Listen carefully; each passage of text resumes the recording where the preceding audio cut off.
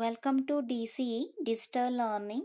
Welcome to Karnataka University, Dharwad. I am Saraswati V. Patil, Assistant Professor of Economics, Government First Grade College, Shiggaon.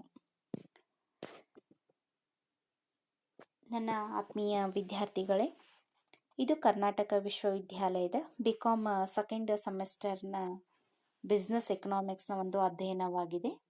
ಇಂದು ನಾವು profit policies ಅಂದರೆ ಲಾಭದ ನೀತಿಗಳ ಬಗ್ಗೆ ಅಧ್ಯಯನವನ್ನು ಮಾಡೋಣ. ಮೊದಲನೇದಾಗಿ ಪ್ರಾಫಿಟ್ ಪಾಲಿಸೀಸ್ ಅದರ ಒಂದು ಪೀಠಿಕೆ ಅಥವಾ ಪರಿಚಯವನ್ನು ನೋಡೋಣ.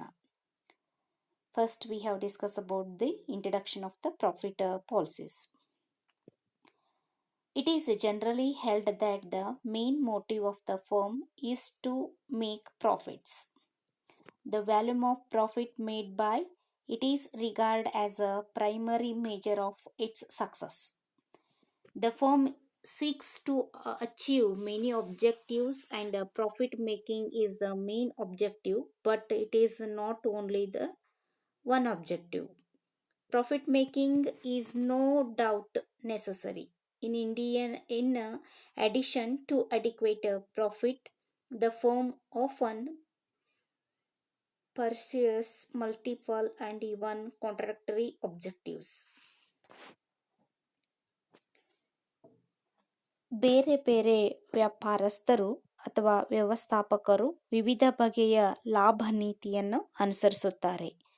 ಇವುಗಳನ್ನು ಲಾಭವನ್ನು ಹೆಚ್ಚಿಗೆ ಗಳಿಸಲಿಕ್ಕೆ ಸಾಮಾನ್ಯ ಲಾಭ, ತೃಪ್ತಿಕರ ಲಾಭ ಹಾಗೂ ಇನ್ನಿತರ ಲಾಭವನ್ನು ಪಡೆಯಲಿಕ್ಕೆ ಉಪಯೋಗಿಸುತ್ತಾರೆ.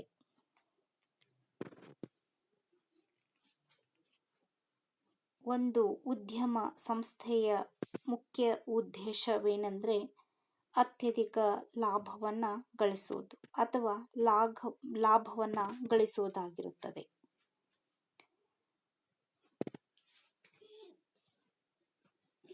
ಲಾಭವನ್ನು ಅಧಿಕಗೊಳಿಸಲು ಸಾಮಾನ್ಯವಾಗಿ ವ್ಯವಹಾರಿ ಸಂಸ್ಥೆಯ ಒಂದು ಮುಖ್ಯ ಗುರಿ ಅದೇ ಅಧಿಕ ಲಾಭವನ್ನು ಗಳಿಸುವುದು.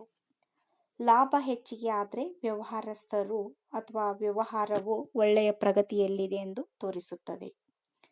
ಒಂದು ಆರ್ಥಿಕ ಊಹೆ ಏನಂದರೆ ವ್ಯವಹಾರಿ ಸಂಸ್ಥೆಯ ಮುಖ್ಯ ಗುರಿ ಅಧಿಕ ಲಾಭವನ್ನು ಗಳಿಸುವುದು. ಈ ಊಹೆಯು ಯಾವಾಗಲೂ ನಿಜ ಇರುವುದಿಲ್ಲ, ಏಕೆಂದರೆ ಪ್ರಾಯೋಗಿಕವಾಗಿ ವ್ಯವಹಾರಿ ಸಂಸ್ಥೆಗಳ ಮುಖ್ಯ ಗುರಿ ಲಾಭವನ್ನು ಗಳಿಸುವುದರೊಂದೇ ಇರುವುದಿಲ್ಲ.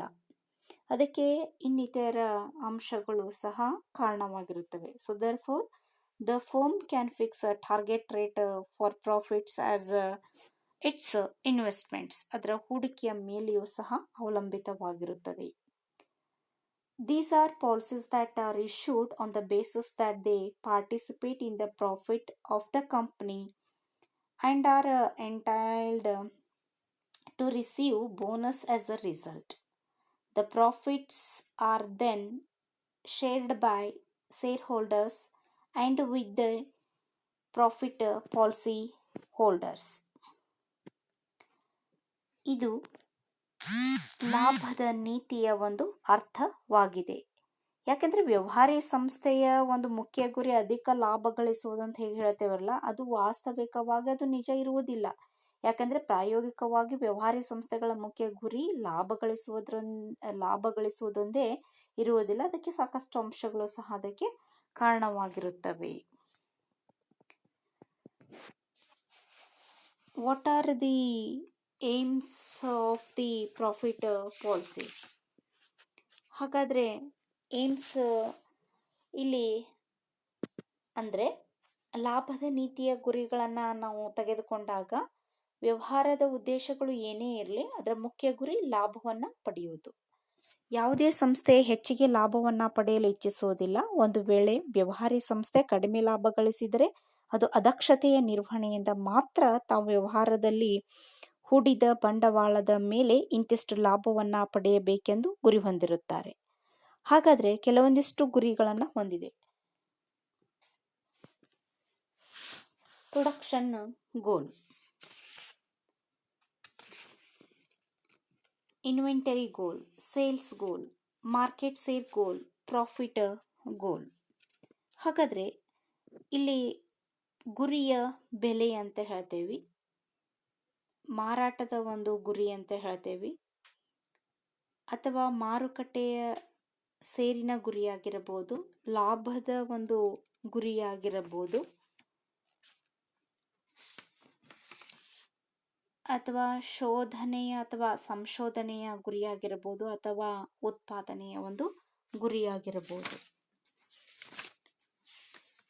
ಹಾಗಾದರೆ ಟಾರ್ಗೆಟ್ ರೇಟ್ ಅಥವಾ production goal, inventory goal, sales goal, market share goal, profit goal, these are the main aims of the profit policies. What are the constituents of the profit policies?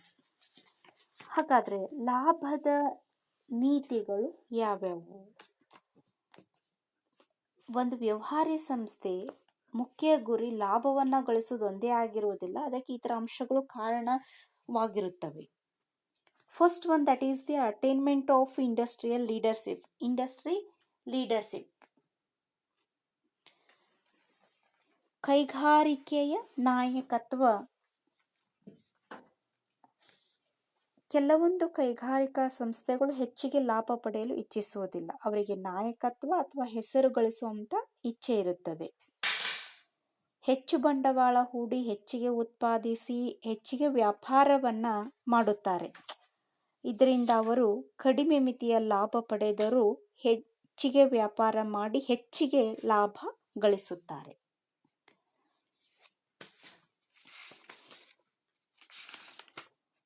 There are certain firms which aim not maximizing profits but at attaining industrial leadership. These firms desire to be industrial captains and hence they do not give much importance to the maximization of profit. These firms aim at becoming leadership in their respective industries, even it means higher cost and lower profit. And next one, that is the restricting the entry.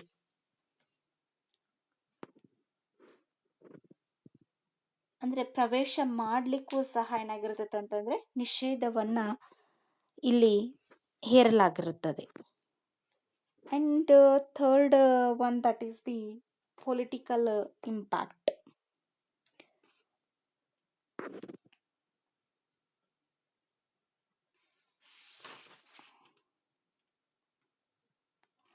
And next one, that is the consumer goodwill or maintenance of the consumer goodwill. ಕೆಲವೊಂದು ವ್ಯವಹಾರ ಸಂಸ್ಥೆಗಳು ಗ್ರಾಹಕರ ವಿಶ್ವಾಸವನ್ನ ಗಳಿಸುವುದಕ್ಕಾಗಿ ಅಥವಾ ಶಾಶ್ವತ ಗ್ರಾಹಕರನ್ನಾಗಿ ಉಳಿಸಿಕೊಳ್ಳಲು ಲಾಭ ನಿಯಂತ್ರಣ ನೀತಿಯನ್ನು ಅನುಸರಿಸುತ್ತಾರೆ.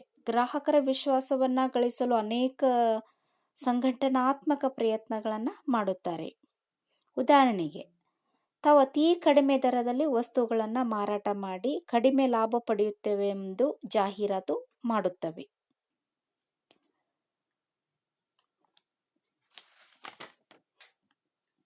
Some firms adopt a policy of the profit restrictions in order to maintain the goodwill of the consumers and convert them as their permanent favorite customers from the long run point of view. And next one, restraining demand for wage increases. ಮಜೂರಿ ಹೆಚ್ಚಳದ ಬೇಡಿಕೆ ಹತೋಟಿಯಲ್ಲಿಡುವುದು. ಸಂಸ್ಥೆಯು ಹೆಚ್ಚಿಗೆ ಲಾಭ ಗಳಿಸುತ್ತಿದ್ದರೆ ಮಜೂರಿಯನ್ನು ಹೆಚ್ಚಿಗೆ ಕೊಡಲು ಸಂಸ್ಥೆಗೆ ಸಾಮರ್ಥ್ಯ ಇದೆ ಎಂದು ಕಾರ್ಮಿಕರು ಭಾವಿಸುತ್ತಾರೆ. ಸಂಘಟನೆಯ ಕಾರ್ಮಿಕರು ಹೆಚ್ಚಿಗೆ ಮಜೂರಿಯನ್ನು ಕೊಡಬೇಕೆಂದು ಆಡಳಿತ ಮಂಡಳಿಗೆ ಮನವಿ ಮಾಡಲು ಇಚ್ಛಿಸುತ್ತದೆ. ಇಂಥ ಸಂದರ್ಭ ಸದೃಢವಾದ ಕಾರ್ಮಿಕ ಸಂಘಟನೆಗಳಿಂದ ಮಾತ್ರ ಅದು ಸಾಧ್ಯವಾಗುತ್ತದೆ. ಸಂಸ್ಥೆಗಳು ಇಂಥ ಒಂದು ದೀರ್ಘಾವಧಿಯ ಬೆಳವಣಿಗೆ ಮತ್ತು ಅಭಿವೃದ್ಧಿಯನ್ನು ವಿಂಗಡಿಸಿ ಮಜೂರಿಯನ್ನು ನಿಗದಿ ಮಾಡುತ್ತವೆ. restraining demand for wages increases. Higher profit are considered as an evidence of the higher ability of the firm to pay higher wages. In fact, organized laborers in these ways are tempted to put for their demand for higher wages. This is particularly applicable to industries which have strong trade unions.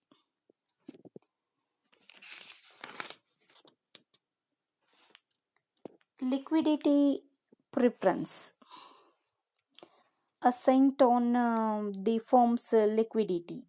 ಸಂಸ್ಥೆಯ ದ್ರವತ್ವಕ್ಕೆ ಹೆಚ್ಚು ಮಹತ್ವವನ್ನು ಕೊಡುವುದು. ಪ್ರತಿಯೊಂದು ವ್ಯವಹಾರಿ ಸಂಸ್ಥೆಯು ಆಡಳಿತ ಮಂಡಳಿಯ ಹಣಕಾಸಿನ ಭದ್ರತೆಗೆ ಹೆಚ್ಚಿನ ಮಹತ್ವವನ್ನು ಕೊಡುತ್ತವೆ. ಅದು ಯಾವಾಗಲೂ ಅಧಿಕ ಲಾಭಕ್ಕಿಂತ ಸಂಸ್ಥೆಯ ದ್ರವತ್ವಕ್ಕೆ ಹೆಚ್ಚು ಒತ್ತು ನೀಡುತ್ತದೆ. ಏಕೆಂದರೆ ಅಧಿಕ ಲಾಭಕ್ಕಿಂತ ಸಂಸ್ಥೆಯು ದ್ರವತ್ವ ಮಹತ್ವದಾಗಿದೆ. ಅಧಿಕ ಲಾಭವು ಹೊಸ ವಸ್ತುಗಳ ಉತ್ಪಾದನೆ ಹಾಗೂ ಸ್ಥಿರ ಆಸ್ತಿಗಳಲ್ಲಿ ವಿನಿಯೋಗಿಸಲು ಸಾಧ್ಯವಾಗುತ್ತದೆ.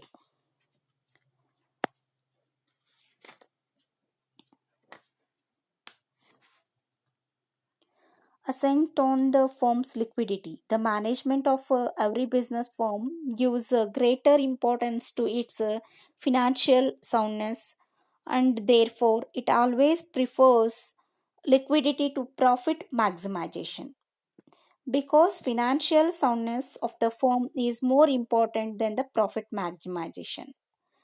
Since it later, that is the profit maximization, requires entering new areas of the production and more investment in fixed asset and consequent reduction in its liquid position. And next one, avoid the risk.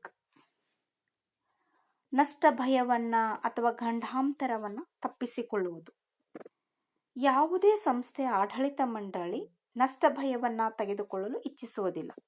ಅಧಿಕ ಲಾಭವು ಹೆಚ್ಚಾಗಿ ಗಂಡಾಂತರದಿಂದ ಅಥವಾ ನಷ್ಟ ಭಯದಿಂದ ಕೂಡಿರುತ್ತದೆ. ಹೊರಗಿನಿಂದ ಅಧಿಕ ಲಾಭ ಆಕರ್ಷಕವಾಗಿ ಕಾಣುತ್ತದೆ.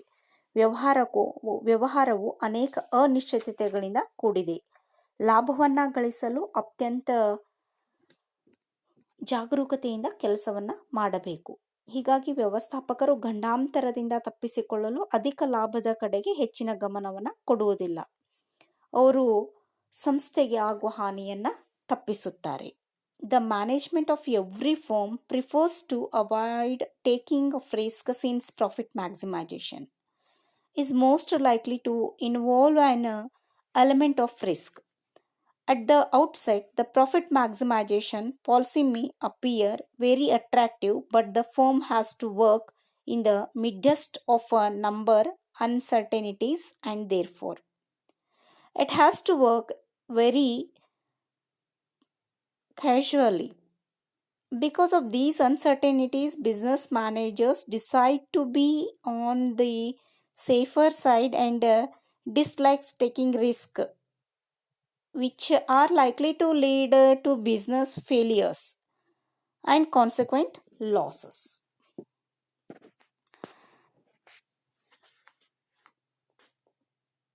And maximizing long run profit also. ದೀರ್ಘಾವಧಿಯ ಒಂದು ಲಾಭವನ್ನು ಗಳಿಸುವುದು. ಕೆಲವೊಂದು ವ್ಯವಹಾರ ಪರಿಣಿತರ ಪ್ರಕಾರ ಸಂಸ್ಥೆಗಳ ಉದ್ದೇಶ ದೀರ್ಘಾವಧಿ ಲಾಭವನ್ನು ಅಧಿಕಗೊಳಿಸುವುದು. ಈ ವಾದವು ಎಲ್ಲ ಒಂದು ಏನು ವಿವರಣೆಯನ್ನು ನೀಡಿದ್ವಲ್ಲ ಆ ಎಲ್ಲ ಅಂಶಗಳಾದ ಪೈಪೋಟಿಯನ್ನು ತಡೆಯುವುದು. According to some business experts, firms should aim at maximizing long run profits. This argument is based on the view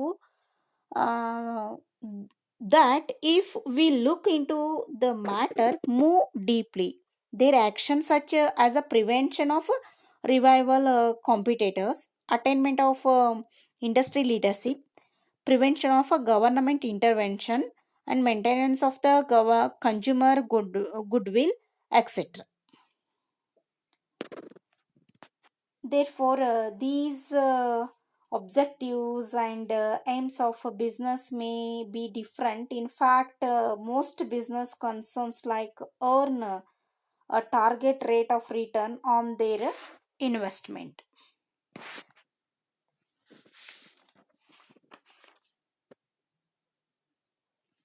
Thank you, students. Thank you, everyone.